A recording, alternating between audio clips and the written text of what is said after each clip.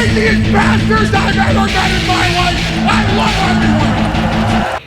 everyone. What's going on, you crazy bastards? You're back here with Rob Kimball from sonsofwrestling.com for a WWE Hell in a Cell predictions video, and there's no particular order here. So, I'm going to start it off with one that's going to rock the show. Dolph Ziggler versus Cesaro for the Intercontinental Championship in a 2 out of 3 falls. Hell yes. Dolph Ziggler agreed to this on Friday Night SmackDown, where Ziggler was victorious after Cesaro hit him with everything but the big swing, and in the end we will be 1-1, and the big swing will pick up number 2 for the victory. Your new Intercontinental Champion, the prestigious IC title. Cesaro victorious, finally moving up the ranks. Huge for Cesaro, and the guy has every fucking talent. Oh yeah, he's got it all. He's got it all. Besides, he could have a little more work on the mic, but in time, let me tell you what, he is a beast, and he's well deserving of this title. And like you said, prestigious to Dolph Ziggler. Dolph Ziggler's a very talented cat too, but the point is, it's Cesaro's time to move up the ranks. And yeah, it's his time, so it's gonna happen at Hell in a Cell. Then we're gonna move on to the US title, Sheamus versus Miz. Now, the way I see this happening, now Miz and Mizdow run frequently from Sheamus, so it appears that Sheamus would retain his title here, but Sheamus is a guy that just doesn't need a title to have a presence. Miz, just off his IC title run, also doesn't need one. But if you look down the road, if you want to build up a guy that's so goddamn talented, you shove the belt on Miz and you start a goddamn jealousy feud with Mizdow. Damien Sandow wants that belt soon after. I'm just looking down the road, guys, and that's my prediction. Miz picks up the victory here with some kind of huge Mizdow making this happen, and then later down the road, a jealousy feud. Who's the better one? And they're already talking about how Mizdow is outshining Miz.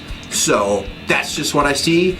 You can comment down here, and in 3 months, when we're talking about Mizdow as the US champ, Damien Sandow that is, after stomping the shit out of the Miz, we can look back upon this video as, goddamn, that sumbitch fucking knew what was going on. Just saying, guys. Then we move on to Rusev versus Big Show. It's a tough one to call, man. Do you end a streak? Do you let the US become victorious finally? And in this time, this going into all the problems that the US has, and you know, you're going into election time, why not push up the US? Why not Big Show pick up the victory, end the silly streak? There's really no streaks that really exist that mean anything after the Goldberg one, when they fucked that up big time. But anyway, streaks can hurt you, so let's end it, and let's get Rusev as a man, not a destruction machine. He's not the Terminator. He is vulnerable. He has a glass jaw, as Big Show put out there, but he's just another man, and we need to get out of the Russia versus whoever. So this would be a good segue. Yes, the US would overcome, but this would get out of that whole Russia versus America thing, because who's the next goddamn American coming up? I mean, you could put it on anybody, but Hulk Hogan has, he's put his cards down with Big Show, so he's the real American. And that's what his theme song says. So, anyway, that's just the way I see it. Big Show knocking out Rusev finally. And maybe Mark Henry with a sexual chocolate distracting Lana. Hey, just saying. Who knows? Comment down here. What do you think? Then we go on to AJ Lee versus Paige for the 3,000th time. And it is what it is. I believe that AJ Lee retains her title here, pushing Paige back down a little bit. But it is what it is. AJ is a talented, somewhat. I like Paige more, personally. But just, you gotta look down the road. Where are we going with the Divas? Hey, usually there isn't much, but they have Total Divas to sell. So anyway, AJ Lee, I see picking up that. And then we have another Divas match. Nikki Bella versus Brie Bella.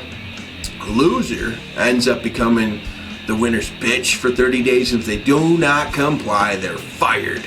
So in this, as you saw on SmackDown, Nikki comes in and just nails her finisher and finishes off Brie after Summer Rae did all the work. But the point is, what I see is Nikki Bella picking up the victory here, and we'll see what hell she can put on her sister, and maybe will they rectify the relationship, or just someone gets fired, or who knows. The point is, I think Nikki picks up the victory here because she has a push coming behind her, and she's been putting in the work.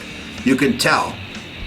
Last year to now, she's progressed a lot. So that's just the way I see that going. And we have Goldust and Stardust versus the Usos for the tag team titles. And I don't see the titles moving anywhere. Staying with Gold and Stardust. They keep the bronze.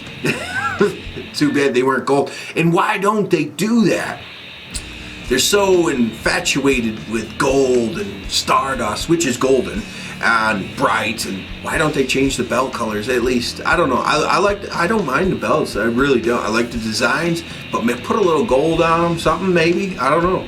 Hey, it's real Aztec looking, so it looks pretty cool in my book. That's just my opinion. Comment down here. Should they go back to the old belts that look like a butt crack on the bottom?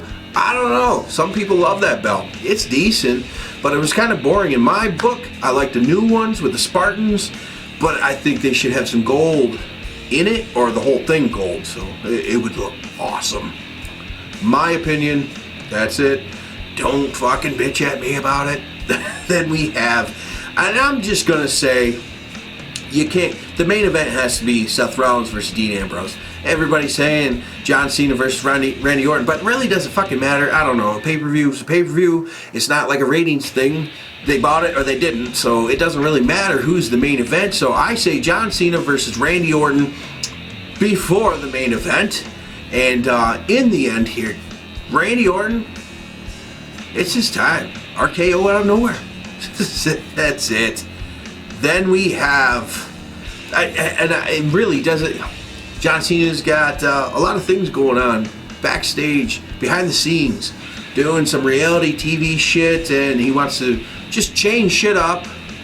Hey, good for him. Looking for a career outside of wrestling, which a lot have done. The Rock, Batista, Jesus, one movie. Wow. It blew it up. So, and that's John Cena, man. And he'll never turn heel. And he's given very good goddamn explanation why. So guys, stop asking for him to do it. He is true to himself and he's true to his fans, and he's not going to change that. So, and there's no fucking reason actually. After you look at all the points of why or why not, there's no reason. It doesn't matter. It's not going to make him any better.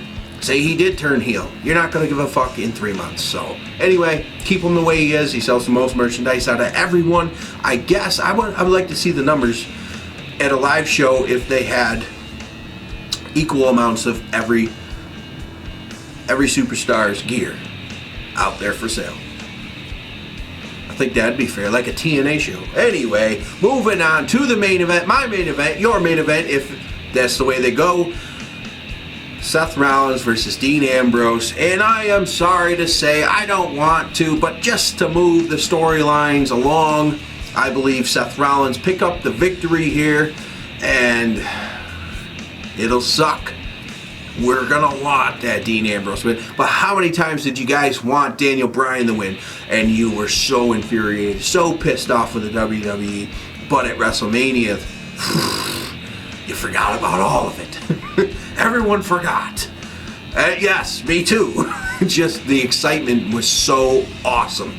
So your heroes sometimes have to lose over and over and over, and then finally, as The Rock would say, finally, that's when you change shit up, and that's when you make a character even bigger than they are. So this is why Seth Rollins will pick up the win, and with Randy Orton picking up the win, you see that bitter rivalry building between those two now.